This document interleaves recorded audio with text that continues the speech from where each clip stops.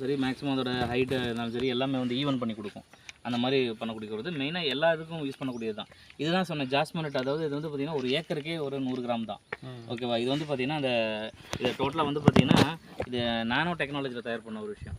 ஓகேவா? அது அந்த ஜாஸ்மினட்ன்றது வந்து பார்த்திங்கன்னா ஒரு ஹார்மோன். இப்போ நம்ம உடம்புல எப்படி ஒரு ஹார்மோன்ஸ் இருக்குதோ அந்த மாதிரி செடியை வந்து பார்த்திங்கன்னா எதிர்ப்பு சக்தி அதுக்கு தானாக உருவாகிறதுக்கான அந்த ஜாஸ்மினட் ஹார்மோன் வந்து தூண்டும் யூஸ் பண்ணும்போது. அதனால தான் வந்து பார்த்திங்கன்னா அதிகமாக வந்து மருந்தடிக்கிற வேலையை குறையும் இது நீங்கள் யூஸ் பண்ணும்போது. இன்னொன்று இது மண்ணில் அதிகமாக நம்ம யூஸ் பண்ணுறதுனால என்ன ஆகும்னா மண்ணே வந்து பார்த்திங்கன்னா நல்ல பொழப்பு கொடுத்துரும். மேக்ஸிமம் வந்து வேறு நல்லா ஊனும், காய்களுக்கு நல்லா உங்களுக்கு ஈல்டு அதிகமாக கிடைக்கும். அதான் இதில் விஷயமே. ஓகேவா? அந்த மாதிரி ஒரு சூப்பரான ரிசல்ட் இதில் இருக்குது. ஸோ இது வந்து நீங்கள் ஸ்ப்ரே பண்ணிடுங்க. ஓகேவா? நான் சொன்ன மெத்தடில் ஸ்ப்ரே பண்ணிடுங்க.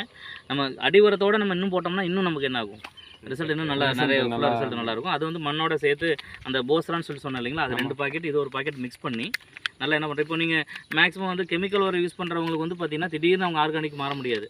அதனால மேக்ஸிமம் என்ன பண்ணுவாங்கன்னா இப்போ பாதி ஃபர்ஸ்ட் வெட்டக்கூடாது.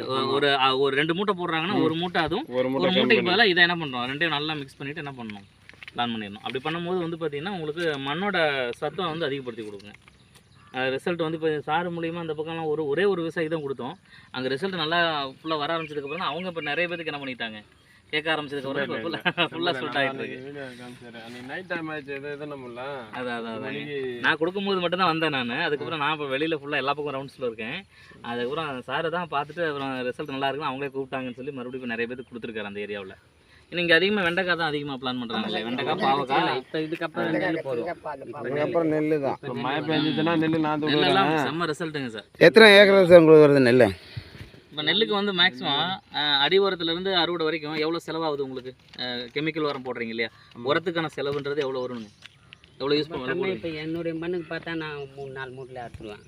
3500 ரூபாயில் இல்லை ஒரு அடி உரம். ஆமாம் நம்ம இங்கே எத்தனை மூட்டை வருதுங்க உங்களுக்கு? ஏக்கர்.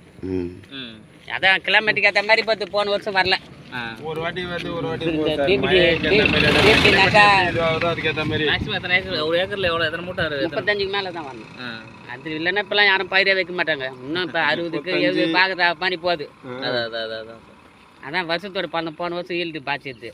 எந்த மருந்தாச்சும் கண்ட்ரோல் வரல. அந்த தாள் பூச்சி வர இது ரொம்ப அநியாயம். ஒரு வாட்டி 3ஆவது வாட்டி நினைக்கிறது ரொம்ப ஏக்கரா 25 மூட்டை. நம்ம அடிவரத்துலேருந்து அடிக்கும் போது என்ன ஆகுதுன்னா இதே வந்து கண்ட்ரோல் பண்ணிடுது. அதை பூச்சி புழு எல்லாத்தையும் அதுவும் கண்ட்ரோல் பண்ணிடுது. இன்னொன்று இப்போ எந்த மருந்து இருந்தாலும் சரி, நீங்கள் மருந்து அடிக்கும் போது அமாவாசையிலேருந்து ஒரு 5ஆவது நாள்லேருந்து நீங்கள் 5ஆவது நாள்லேருந்து ஒரு 15 நாளுக்குள்ளே நீங்கள் அடிச்சிங்கன்னா அது வந்து பார்த்திங்கன்னா மேக்ஸிமம் வந்து பூச்சி புழு இது எல்லாமே முட்டையிட்டு குஞ்சு பொரிக்கிறது வந்து பார்த்திங்கன்னா இனப்பெருக்கம் செய்கிற காலமே அமாவாசை தான். அந்த அமாவாசைலேருந்து 3ஆவது நாளில் வந்து என்ன பண்ணுவோம், முட்டையிட்டு 5ஆவது நாள் குஞ்சு பொரிக்க ஆரம்பிச்சிடும். சரி, அப்படி அது ஐட்டம்லாம் பழங்காலம் கூட அந்த 11 மாதம் தான்